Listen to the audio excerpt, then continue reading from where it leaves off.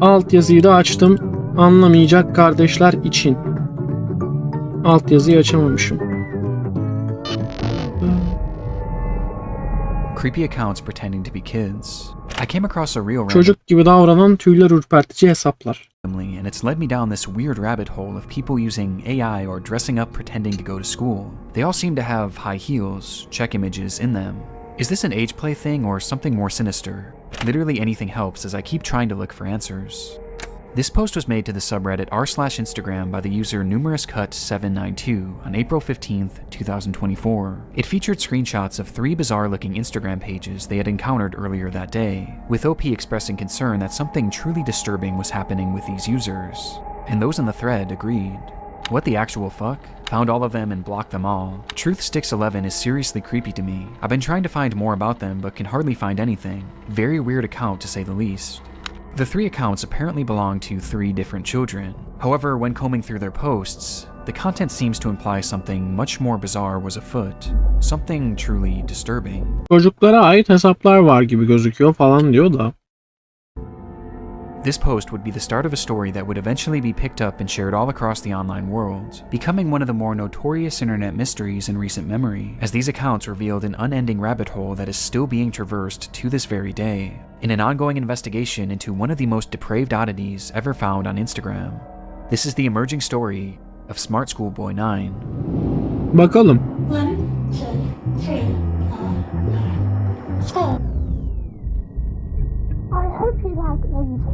Pirinç unum bayağı kötü olmuş ya.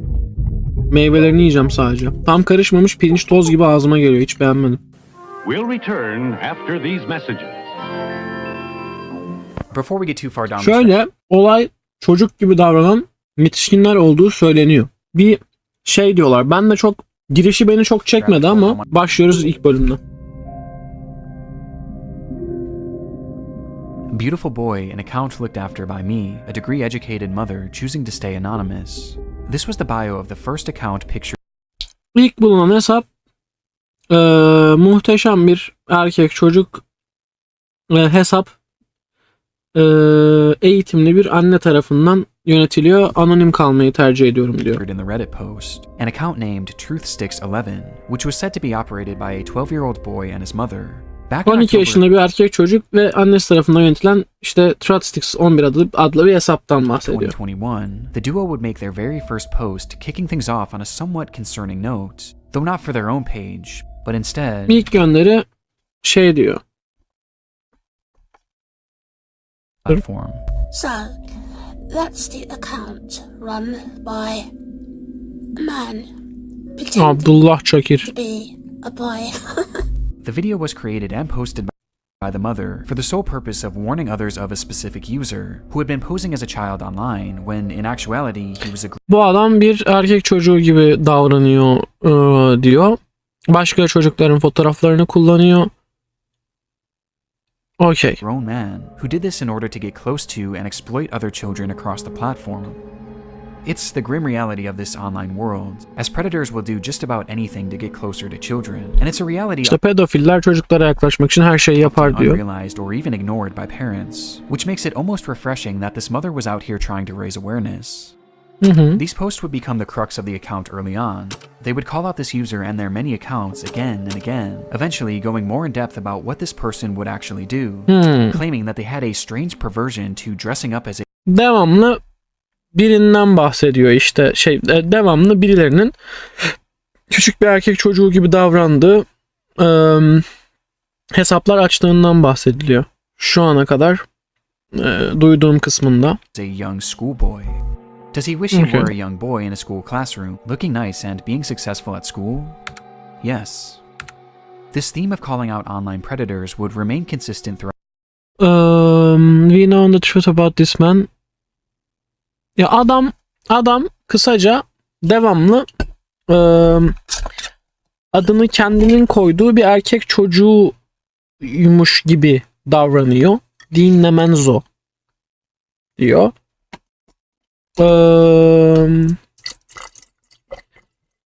Ve Nemenzo'daki men'in işte erkek bir pedo olduğunu anlatan bir terim, bilerek koyulan bir terim olduğunu söylüyormuş. Okay. throughout the years on Truth Sticks 11. However, after some time, the mother behind the account began to use the page for its initially intended purpose, to share photos of her son. The photos began reasonably normal and would show this young boy studying at school, Oğlunun çocuklarını, accepting fotoğraflarını awards from the paylaşıyormuş. principal, and even school presentations in which their son had attended, with the captions often boasting about how intelligent the young boy was. İşte çocuğunun ne kadar Though zeki over olduğunu time, söylüyormuş the photos fotoğraflarda. began to grow stranger. Ama gittikçe fotoğraflar garipleşmeye başlamış. Evet. Evet. Wow. Wow. They looked off, almost as if they were AI generated. And on top of this, Korkunç. they began to appear heavily edited in an almost inexplicable manner, with deep red lipstick often being added, which was enunciated by his face being turned pure white.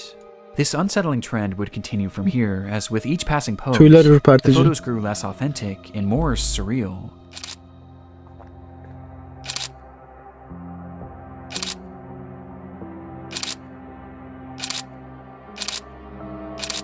Until they became straight up disturbed.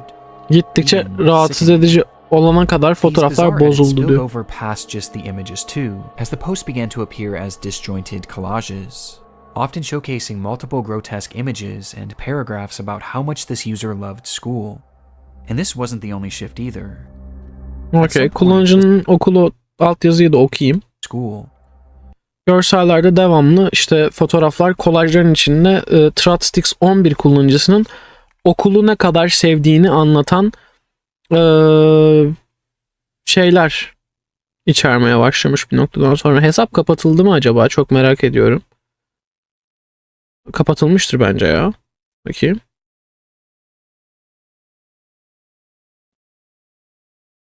Yok, hesap kapatılmış, evet. Neyse. And this wasn't the only shift either.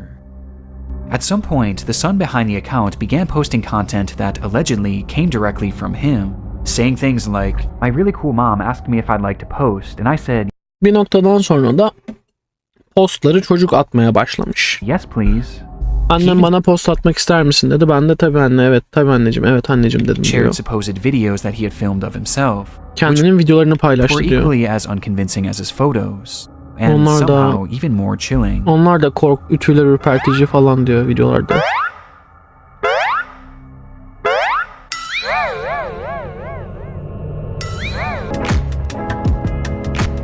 Yapay zeka bunlar ya direkt. The boy even shows off his singing in one of the clips. Bu ne oğlum? Sınıfta sorulara cevap verebilmek çok havalı. Falan filan işte sorulan sorunun benim bildiğim şeyler olması işte daha iyi falan filan zart zurt. Ne diyor? Neyse. Bir şeyler yazıyor yanda.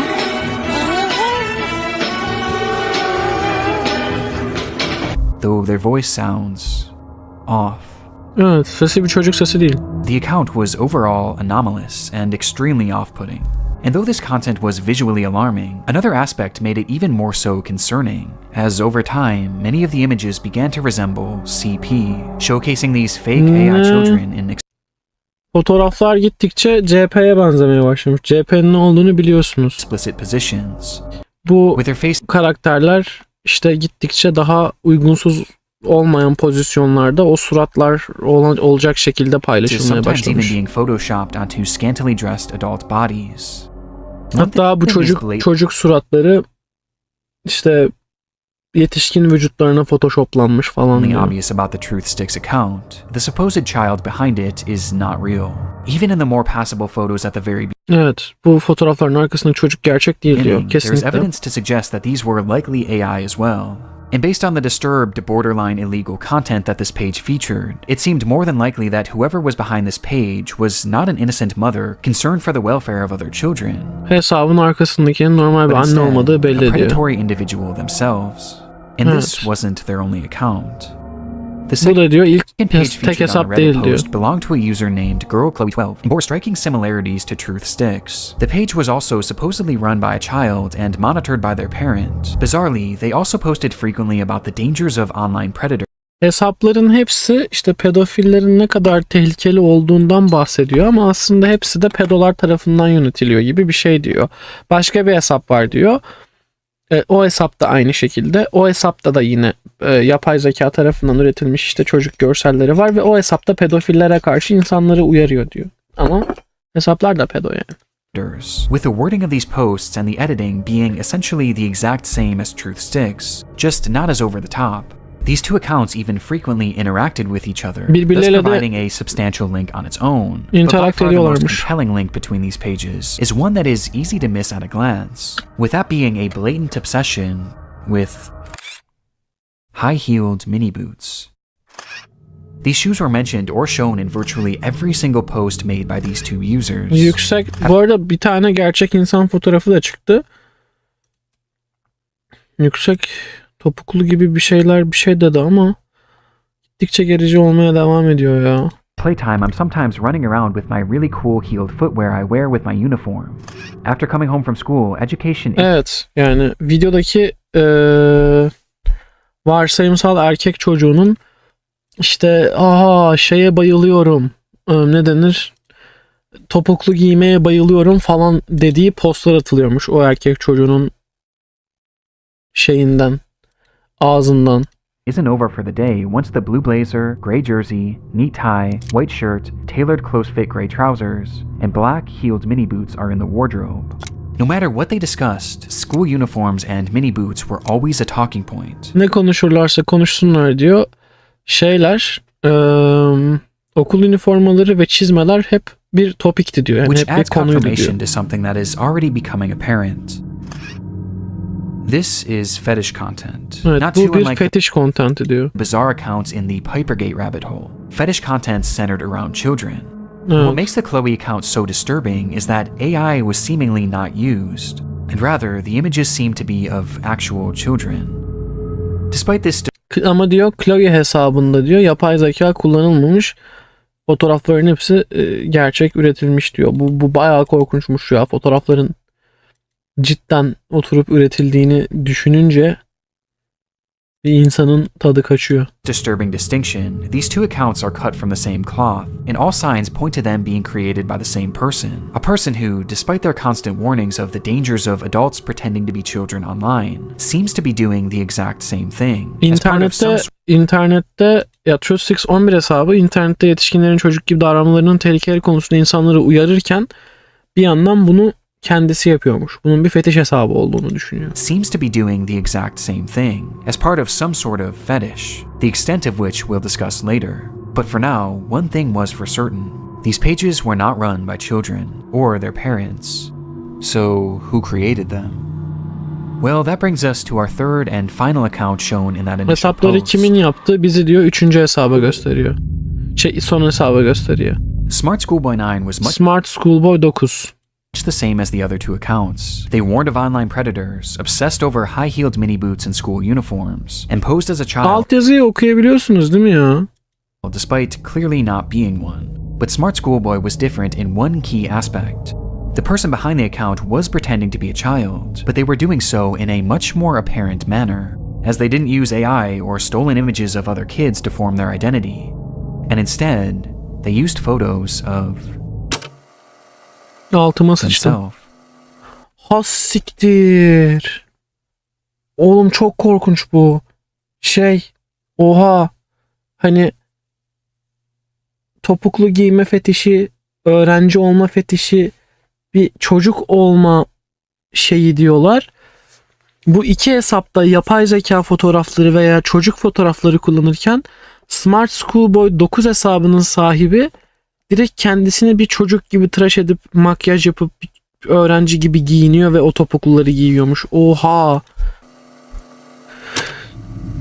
In the images Korkunç. posted on the account, we see what appears to be a fully grown man, dressed in a schoolboy's uniform. His face is painted pure white and has bright red lipstick, and he's, of course, wearing high-heeled mini boots. Characteristics that were all utilized across the other accounts. only this time it was done on himself, as he poses as a child pretending to go to school, as well as pretending to go through other life events common for preteens. İşte o çocuk gibi davranıyormuş, okula gidiyor gibi. İşte dişine tel taktırmaya gidiyormuş gibi, bir çocuk gibi davranıyormuş adam. And the photos aren't even the most disturbing part, as the account consists primarily of videos. Hesapta hep videolar vardı diyor. School.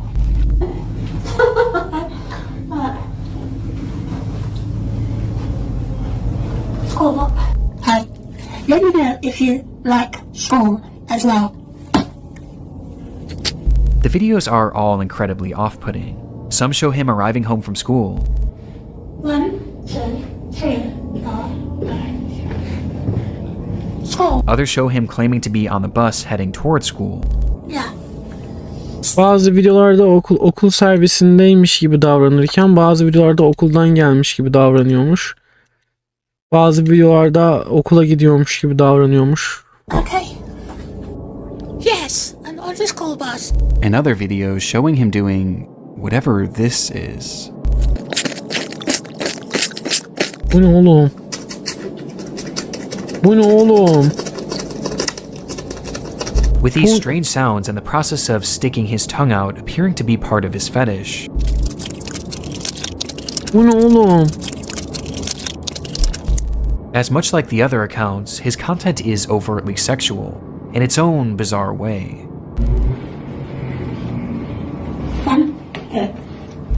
In fact, there's a video of him with his full outfit on, where he shows himself staring into a mirror as he appears to pleasure himself, right out of view of the camera, as he stares into his own eyes.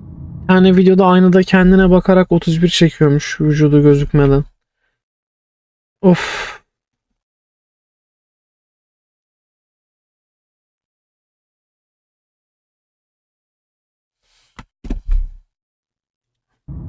This account is by far the most sickening part of this whole rabbit hole, and also the most important.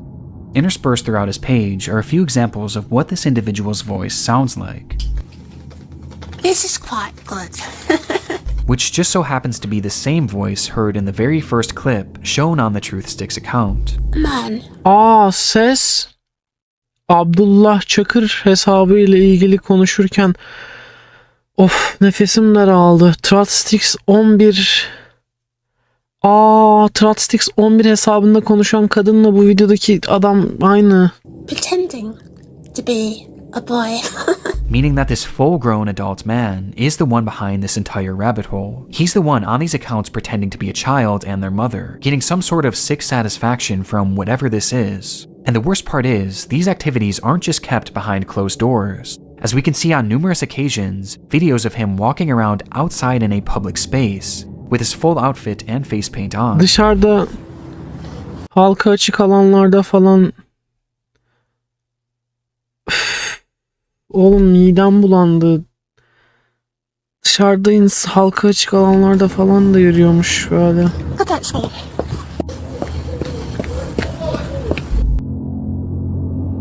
It's truly one of the strangest things that I've ever seen, and making sense of what this all is extremely difficult. But based on the information found from this first Reddit post, a few likely conclusions can be put forward. This man is clearly attracted to the idea of being a kid, and I think OP was correct when they speculated that this was some sort of age play thing, but it's also clearly much more than that too. As based on the images that he's created himself, he clearly has some sort of attraction to other children as well, as he's quite literally created faux CP, the likes of which is so disturbing that I can't even really describe it here either.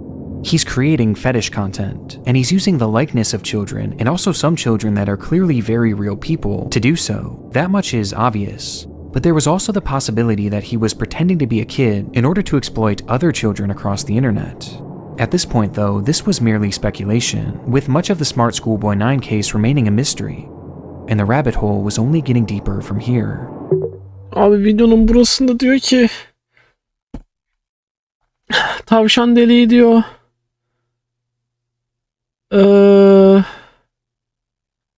Gittikçe diyor derinleşiyor diyor. Of.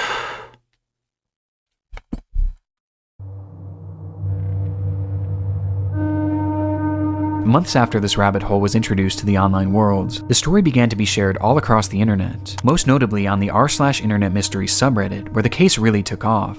There, internet sleuths began uncovering just how vast this web of accounts actually was, as it wasn't just İnsanlar bu hesaplar ne kadar derine gidiyor diye araştırıyormuş falan. these 3 pages. No, there seemed to be over a Bu bile dozen, içemiyorum. likely even more that we still haven't found. Bir sürü As de he's hesap created his own varmış. sort of community, his own little world, where across each page he pretends to be a child. With these accounts typically following each other and frequently Stephanie Scully, Stephanie Stansfield. interacting, Farklı hesaplar da varmış. Bayağı toplulukmuş bunlar. seemingly to make these characters appear as though they have real friends. On one of these pages, 12 Stockwell Joanne, he Bu hesaplardan biri 12 Stockwell poses Joanne'de as a 14-year-old girl 14 using yaşında more bir kız AI gibi images davranıyormuş. Çok AI to kullanıyormuş depict falan. explicit positions of this Ve bu işte yapay zeka fotoğraflarıyla çok uygunsuz şeylere manufactured koyuyormuş. child, which I obviously am not going to show here. Evet, Though much like his gösterme. Chloe account, he also shows images of very real young girls. Diğer hesapların aksine bu hesap bayağı gerçek kız çocuğu fotoğrafları da But this isn't the kullanıyor. most concerning part of this account, as on numerous occasions he's shown images of children at a playground. Ve çocukların böyle oyun parklarında fotoğraflarını gösteriyormuş. Which he may have taken himself. Kendisinin çektiği. This fantasy of being a schoolgirl and taking part in these school-centric activities is something carried over throughout multiple of his accounts, with his most common alias being Stephanie, of which he has numerous different accounts featuring that same name. Bir sürü de Stephanie diye hesap varmış. Yeah, I'm Stephanie. This Stephanie character claims to be a 12-year-old aspiring poet, with accounts all across the internet, many of Bu karakter de şairmiş 12 yaşında, which 14 showcasing yaşında. examples of her poetry, which carries on those same distinct sexual undertones. I race to complete my poems when I've got an early Şiirini okuyor bir tane. Şiirleri de seksle ilgiliymiş. start, heart racing, mixed rhythms, maximizing miracles, rice with rap, and on the map, my Kennington, London syllables, dancing though I know my underwear might show if I lean forward. Amına koyayım ya. Kim dedi abi bu konuyla ilgili video gelirim abi bu konuyu izler misin diye ya. Of. Of. Good. Stephanie Stansfield, 12. But digging even deeper, her poetry has even seemingly been featured in various articles and even newspapers, showcasing that this rabbit hole extends far past just the online world. This act is clearly their obsession, and he's been doing this for years, with the earliest examples that I could find coming from all the way back in 2018. And this Stephanie character seems to be his go-to alias, embodying it in even the literal sense. Ah siktir ya. Bir de bu mu çıktı ya? Ay ananı bacını sikeyim ya. As in one of his many pages dedicated to this Stephanie character, he dresses as her, wearing a wig and a Amına koyayım bir dress. de Stephanie oluyormuş bu orospu çocuğu schoolboy ya. Ya. Ya. As he Kim dedi bunu izledi ya? Amına koyayım başka içerik mi yok internette ya? pretends to be a 12-year-old girl. Yok buraya kadar geldik bitireceğiz arkadaşlar. Almost immediately after this case began gaining traction, the true magnitude of this rabbit hole was revealed. Across every single account are countless depraved posts and oddities that all could warrant discussion, but by far the most important discoveries were those that didn't actually occur on his own page, and rather the pages of other actual children. Başka çocukların postlarına şeylerine falan yorum Do you like atıyormuş adam. school? I do. It is good. You have some cool shirts, but I have to wear school uniforms to school. It is nice, but casual isn't allowed, and it's quite hot here in the UK. İşte tişörtlerin, gömleklerin güzelmiş. Biz burada okul kıyafeti giymek zorundayız İngiltere'de As the month falan of diyor. June suddenly got warmer. These are two examples out of many that show smartschoolboy9 reaching out and attempting to Millete devamlı yazıyor befriend bak. young children online. In one comment, he even warns a child about other comments from bad people, stating that It happens to most boys in our age group, but stay safe, stay cool, don't be dismayed by creeps. this is our best evidence that these accounts weren't just made for age play. No, he's actually posing as a child in order to make friends with other children. And given his overtly sexual interests and aversion to CP, it's not hard to gather why he was doing this. And these examples are only what we found so far. It's possible that there are dozens, or who knows, maybe even hundreds of other comments out there, hidden on unknown children's accounts. This is predatory behavior. The man behind Schoolboy9 is a predator. And in case there was still any doubt of whether or not this was a sexual thing, here's what he had to say about being a 13-year-old girl. Bunu okuyamayacağım arkadaşlar. But have his tactics actually worked? Well, the frightening thing is, no one knows if he's actually been successful or not, or even what specifically Adam çocuk avlamak için böyle bir he's taktik looking for. kullanıyormuş. We just know that he's trying to reach kids, as evidenced not only by his comments, but by the fact that he's Yok arkadaşlar, başladıysak only bitireceğiz. following children on all of these pages. And Devamı though da it's mı easy var to bir de? look at these accounts and know that something is off, for children, it's not that simple, especially when there's pages showcasing photos of actual kids. Which brings up another frightening detail. Many of the images he's used of children have not been traced back to their original creator, and some seem to appear for the very first time online publicly on Diyor this ki man's bazı fotoğraflar diyor şeydeki diyor, bazı diyor paylaştığı çocuk fotoğrafları diyor. Nefes alamıyorum. Bazı diyor çocuk fotoğrafları diyor internette de diyor ilk defa gözükmüyor diyor. pages, which might mean that he was sent them privately. There's even one image that David posted on his schoolboy account, which shows another kid that he claimed to be on a playdate with. İşte başka bir çocukla oyun oynamaya çıktığı ile ilgili bir fotoğraf falan. Though it's impossible Umarım to say if gerçek this is real or değildir. not. For now, we just don't know for sure. Though given the fact that he's reaching out to children, posting fetish content centered around children, and has even potentially photographed kids in the wild, one thing is for certain. Smart Schoolboy9 needs to be stopped. Evet, durdurulması gerekiyor bence de. Finding this man and reporting him to law enforcement quickly became the top priority İşte herkesin ana hedefi bu adamı yakalayıp for raporlamak those olmuş. investigating the case. And luckily, he left several glaring clues behind that made this process a whole lot Birkaç easier. tane onu yakalayacak şey On bırakmış numerous occasions arkasında. across his many pages, he would post images and videos of specific locations, even showing streets and mentioning very particular areas in his poems, all of which centered around the London area, immediately giving us an idea of where he was located. İngiltere'de And that eleman. wasn't all. I mentioned how the alias of Stephanie was one that he used more so than any other, but what's interesting is that there was another name used just as often across his accounts, brought up time and time again, though it's a name that he never seemed to call any of his characters. Instead, he simply referred to this person as a stepbrother or a father, or even Biri a friend varmış, ondan da üvey erkek kardeş ya da baba diye from school, bahsediyormuş. despite İşte neyse. never actually picturing him. Just Birinin bahsettiği birileri var ve hiç fotoğrafı yok. Herkesin mentioning his fotoğrafı name. olmasına rağmen. David. David diye biri. And sure enough, after connecting a few dots, it would be revealed that this person's actual name was in fact David. Tamam, David kendiymiş. David Alter. With the David man Alter, being 59 59 years yaşında. old. At the moment, it doesn't appear that David has any past criminal convictions or documented history of this behavior, but we do know that thanks to the investigation done on Reddit and Discord, he is currently being investigated by local authorities, polisler which will hopefully put an end to inceliyormuş. his online behavior and shine some more light on who this person actually is. As for the time being, the only other information that we really know about David is that he likes to write poetry and he makes music. Müzik yapıyormuş ve şiir yazmayı seviyormuş. Ay ananı bacını sikeyim ya. I think I hear a running tram going back in time. Not an. And his name also appears in a random newspaper. That running tram. And his name also appears in a random newspaper, where he's Gazetelerde discussing falan da the adı gözüküyormuş. importance of kids wearing school uniforms.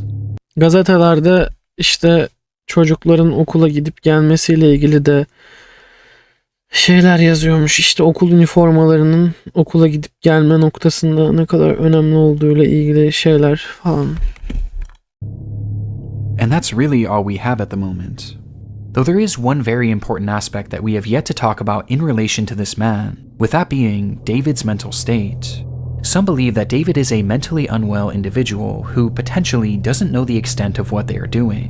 Now, even if this is the case, his behavior still needs to be stopped, and he needs to be given proper help to assure that no one else gets hurt by his actions. But it is important to note that David is far more intelligent than he lets on, as his personal Evet, account herif shows zeki that bayağı. he is fairly well-spoken and articulate. And throughout his problematic content, most of his bad grammar and strange verbiage seems to be his attempts at more authentically trying to Herif yani şey diyor işte, adam diyor belki diyor bir akıl hastalığına sahip olabilir ama diyor adamın bence diyor çok zeki olduğunu kabul etmekte fayda var diyor. Çünkü diyor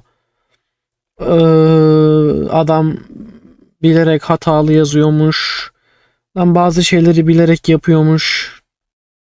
Vesaire vesaire yani. Adam bazı şeyleri işte yazım hatalarını bilerek yapıyormuş çocuk gibi gözükmek için falan filan. replicate a child, but it's impossible to know for sure. But what we do know is that David is extremely manipulative, with his response to the situation and other clues littered across his accounts showing us that he seems to know what he's doing. Ne He yaptığını knows that it's wrong. yaptığı adamla konuşmuşlar sanırım. Adam yaptığı şeyin yanlış olduğunu, kötü olduğunu falan da biliyormuş. Since the exposure of David's accounts, he hasn't silently slithered away like most other predators would. Instead, he's actually responded on more than a few Herif diyor ki yani şey işte internette ifşa olduktan sonra diğer pedolar gibi kaçıp saklanmak yerine bayağı oturup konuşmuş milletle. occasions, lashing out to those who have DM'd him, calling them the perverts and predators. Yazan He even herkese pedo diyormuş, kendine yazan herkese, çocuk olduğu için, çocuk olduğuna inandığı için. left a comment on his Joanne account seemingly directed at himself, writing, You are really sad. And if that's your name, David, be honest with yourself. You're Yan hesabından kendine kötü yorumlar as you yazıyormuş. said elsewhere. You reply to me, a girl, as if I'm your buddy? No chance ever. This is something David does all the time. It's projection. And it Kendiyle started kavga all the way back ediyormuş. at the beginning of this rabbit hole. So, that's the account Abdullah Çakır da mı kendisi çıktı? run by a man pretending to be a boy. And he continued posting these predator exposés, along with other warnings about predators on the internet across Paylaştığı, ifşaladığı tüm pedolar da kendiymiş aslında. Gerçekten. every page he made, each of which being hyper-specific to his own predatory ways and fetishes. The things he accuses others of are blatant projections of his own dark vices. And I can think of two reasons why. Number one, that this makes his account look safer to other parents and children. It gives the appearance that he's not another internet creep because he's actively calling them out. It's a way to build trust in order to befriend and exploit kids. And number two, he knows what he's doing is wrong. And this is his bizarre way of self-reporting, probably to make himself feel better about what he's doing. And it's obvious based on just how Altyazıları accurate okuyun, these claims çeviremeyeceğim. against others are to him. Does he wish he were a young boy in a school classroom, looking nice and being successful at school? Oh. Yes. And these claims are made over and over again, as each time he calls someone out, he's further exposing himself. Which becomes more concerning when you realize that these projections seemingly aren't strictly pedophilic. Within those eerily familiar expose posts he made on Truthsticks11, he mentions how this user not only wanted to exploit children online, but they wanted to kill them as well. Siktir ya. Of, raporladığı Abdullah Çakır hesabı var ya, kendine ait olan. Eleman yaptığı şeyin yanlış ve kötü olduğunu bildiği için işte vicdan yapmamak için falan kendi fake hesaplarını da ifşa alıyor diyorlar. İşte Abdullah Çakır ifşalamasının sebebinin bu olduğunu söylüyor. Abdullah Çakır ifşalarken de Abdullah Çakır'la ilgili diyor ki adam diyor sadece diyor pedo değil diyor. Aynı zamanda çocukları öldürmek istiyor diyor. Kanibalizm de var diyor. Hani insan yemek. Öyle diyor. Anlatamıyorum arkadaşlar. İşte bir ölüm ritüeli yapıyormuş falan. As he mentions that this user has a clear interest in cannibalizing kids, and even performing ritualistic Evet. sacrifices on them. Evet, yani hem kanibalistik şeyler varmış herifin, yani işte yemek, işte yamyamlık, hem de yamyamlığın dışında da ritüeller yaparak kurban vermeyi. And based on how istiyormuş. accurate all of the other exposures are to himself, I have no reason to believe that this isn't part of his MO as well, as crazy as that may sound. This also seems to coincide with some of the content he's posted that I can't show you. As Bazı some of these fotoğrafları photos show gösteremem children diyor. edited in contorted positions, including some where he's Çocukların bazılarını işte çarpık durumlarda gösteriyor added what fotoğraflar appears to be diyor. rope to give the illusion that they're tied up. And what makes this even more disturbing is that on his accounts, he's posted numerous photos in the vicinity of schools, on nearby Okulların fotoğraflarını secluded çekiyormuş. trails, and even some where he discusses what time school starts and ends, Okulların kaçta başlayıp saying kaçta that he likes bittiğini to de be yazıyormuş. awake and ready for it. Kalkıp gidiyormuş. There's even photos that show other children Okula giden outside çocukların from a fotoğrafını distance, çekiyormuş. almost as if David was stalking them. This is highly concerning. Even if we don't know truly how low this man's perversions get, he is still far too close to children, which is perfectly encapsulated by this photo of him on a school playground during the day. And with his disturbing desires, I don't even want to imagine what he's capable of. Which brings us to the final piece of content that I need to talk about. Chasing another boy running in heeled mini boots. Başka bir çocuğu topukluyla kovalama. This was the text shown on screen during a short video posted onto one of David's many accounts.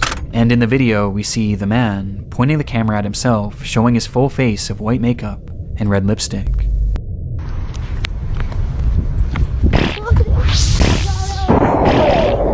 This video is edited more egregiously than any others I've seen across his page, with multiple explicit images and huge emojis covering the majority of the screen. Though just barely enough of the footage can be seen that shows David as he turns the camera around, revealing a young boy. Kamerayı çevirince bir çocuğu kovalıyor amına. Who he then proceeds to chase after, giggling all the while. Gülerek. Whether this was an edited video or a real occurrence, we don't currently know. David's doings are a mystery that will take some Abi time to unravel, ne dinliyorum and my ben hope is ya. that law enforcement will be able to follow through and help shed some more light on this individual, and finally put an end to his twisted behavior. But at this point, only one thing is for sure. The story of smartschoolboy9 is far from over.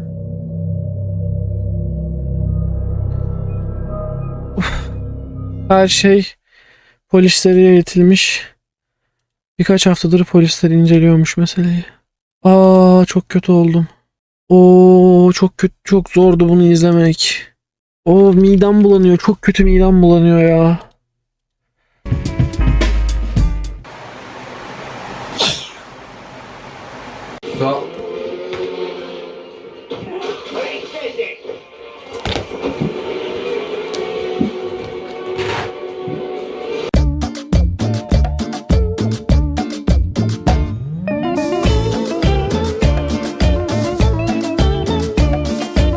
Yok abi bu da işe yaramıyor ya. Bu da işe yaramıyor. Yok işe yaramıyor.